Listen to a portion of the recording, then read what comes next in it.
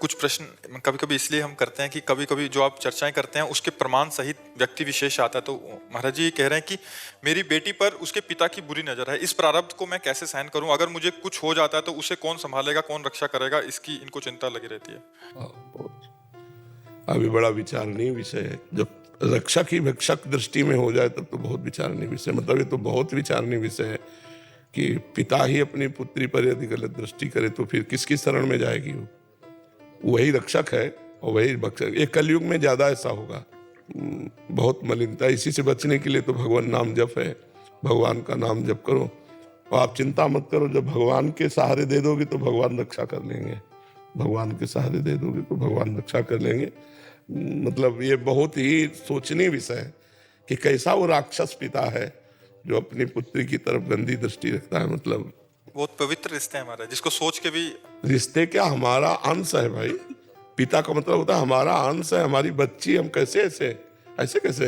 ये तो घोर नर्क का कार्य है। क्योंकि 1-2 महीने में 4-5 ऐसे प्रश्न बहुत सारे ऐसे आते रहते हैं। जो राक्षस प्रवृत्ति के हैं ना, जिन्होंने भजन नहीं किया, धर्म का भय नहीं, भगवान का भय नहीं, तो ऐसे राक्षसों के लिए कानून बना है। हमें लगता है कि अगर कुछ ऐसे क्रियाएं देखें तो कानून का सपोर्ट करके ऐसे राक्षसों को जेल में होना चाहिए, घर में नहीं होना चाहिए।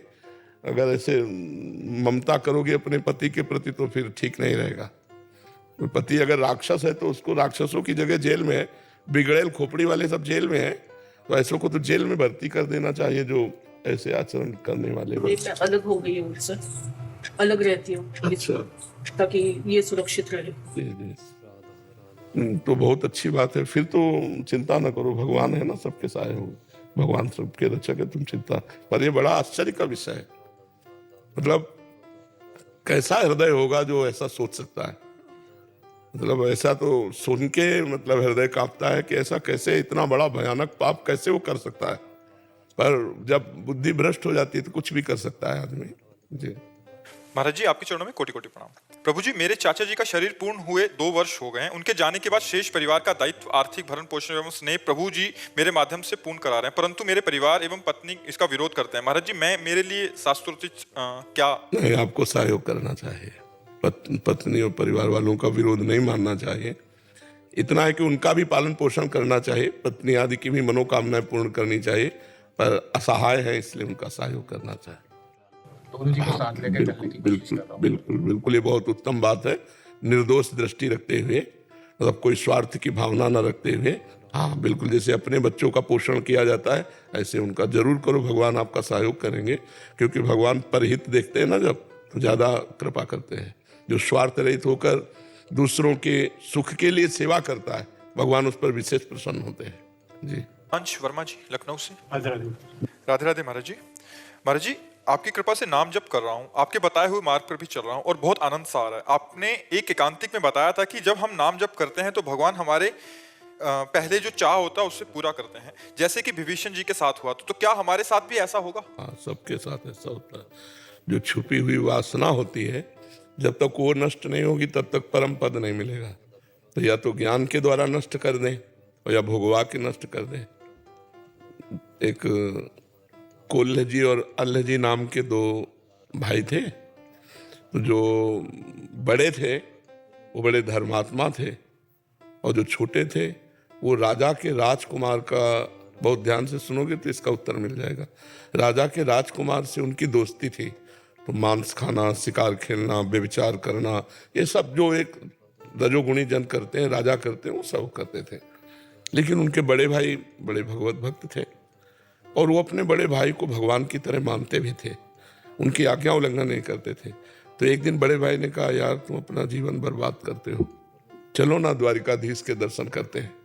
उनका जो आ गया, भगवान मानते थे, गए और पीछे मंदिर में से खड़े हो गए। आगे बड़े भाई ने कहा कि कुछ सुनाओ ना ठाकुर जी को।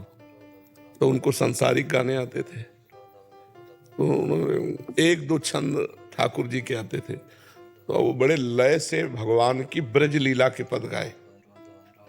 जी गाए तो द्वारिकाधीश ने कहा, वाह वाह वाह वाह। तो उनके बड़े भाई को लगा कि जीवन हो गया सुनाते हुए, कभी नहीं बोले वाह वाह।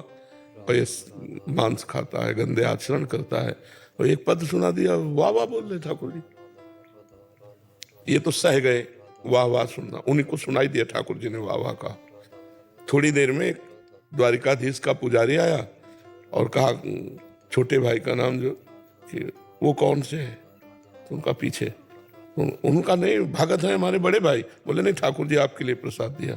उनके गले में माला डाला, उनके हृदय में बड़ी जलन हुई कि मतलब वो पद जरा सा गा दिया तो वाह वाह कह दिया, उसके लिए प्रसाद भेजा ठाकुर जी का। और वो कह रहा है कि हम इतने हमारे भैया भगत हैं, इनको दीजिए। ईर्ष्या बहुत सूक्ष्म वस्तु होती है, उनको बहुत ईर्ष्या लगी। ठाकुर जी से कहा तुम्हारे लिए पूरी जिंदगी दी और तुमने हमें प्यार नहीं दिया, और ये पाप करता है फिर भी इसको इतना प्यार दिया। ध्यान से सुनना। वो गए समुद्र में कूद गए कि मैं प्राण करूंगा।